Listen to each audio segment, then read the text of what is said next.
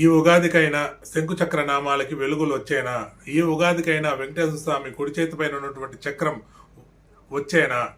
అయ్యా, గౌరవ టీటీడీ సభ్యుల్ని అలాగే భక్తుల్ని నేను వేడుకుంటున్నా. 2 సంవత్సరాలు అయింది తిరుచానూరులో ఉన్నటువంటి ఆ కలెక్టర్ ఆఫీస్ ఏదైతే ఉందో, అన్ని శాఖలకు సంబంధించిన కలెక్టర్ ఆఫీస్ మొత్తం ఒక చోట ఉంది. ఆ బిల్డింగ్ టీటీడీకి సంబంధించింది. అందులో ఈ కలెక్టర్ ఆఫీస్ని పెట్టడం జరిగింది.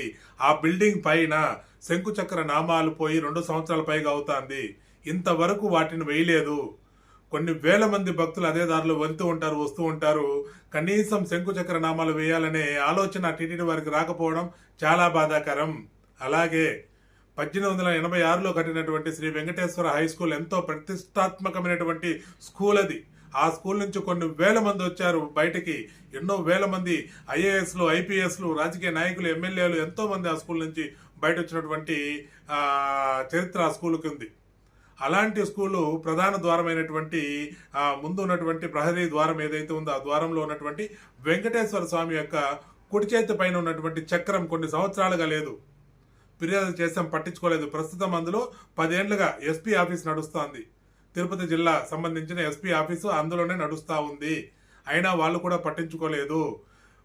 విగ్రహం, మన స్వామి విగ్రహం ఇంట్లో కావచ్చు, గుళ్ళో కావచ్చు, బయట కావచ్చు, విగ్రహం విరిగిన విగ్రహం ఏదన్నా ఉంటే అది చాలా అపచారము, అపవాదులు, అపరాధాలు జరుగుతాయి. మనం చూస్తూనే ఉన్నాం.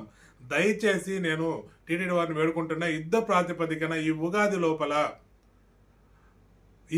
లోపల దయచేసి ఆ వెంకటేశ్వర స్వామికి చేతికి ఉన్నటువంటి చక్రాన్ని పెట్టండి, లేదా కొత్త విగ్రహం పెట్టండి.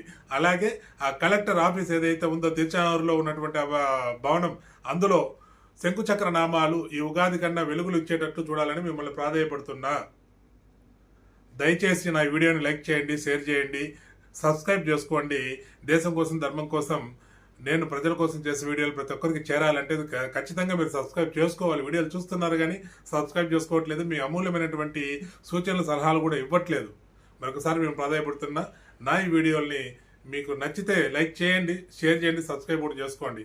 నమస్తే, నేను మీ కిరణ్ కుమార్. దేశం కోసం, ధర్మం కోసం, సనాతన ధర్మ రక్షణ బోర్డు సాధన కోసం ప్రతి హిందూ బంధువుకి, హిందువులు బాగుండాలనుకునే ప్రతి ఒక్కరికి విశ్వావసు నామ తెలుగు నూతన సంవత్సర శుభాకాంక్షలు తెలియజేస్తూ, ప్రతి ఒక్కరిలోనూ ధర్మం యొక్క విలువలు తెలుసుకునే అవకాశం ఈ నూతన సంవత్సరం, తెలుగు సంవత్సరం నుంచి కలగాలని ఆ దేవదేవుని వెంకటేశ్వరుని అలాగే ఆ పరమశివుని వేడుకుంటున్నా. మరొక్కసారి ప్రతి ఒక్కరికి విశ్వావసునామ నూతన తెలుగు సంవత్సర శుభాకాంక్షలు, ఉగాది శుభాకాంక్షలు. భారతీయతను కాపాడుకుందాం, గోమాతను రక్షించుకుందాం, తిరుమల తిరుపతి పవిత్రతని కాపాడుకుందాం. ఓం నమ శివాయ. గోవింద గోవింద.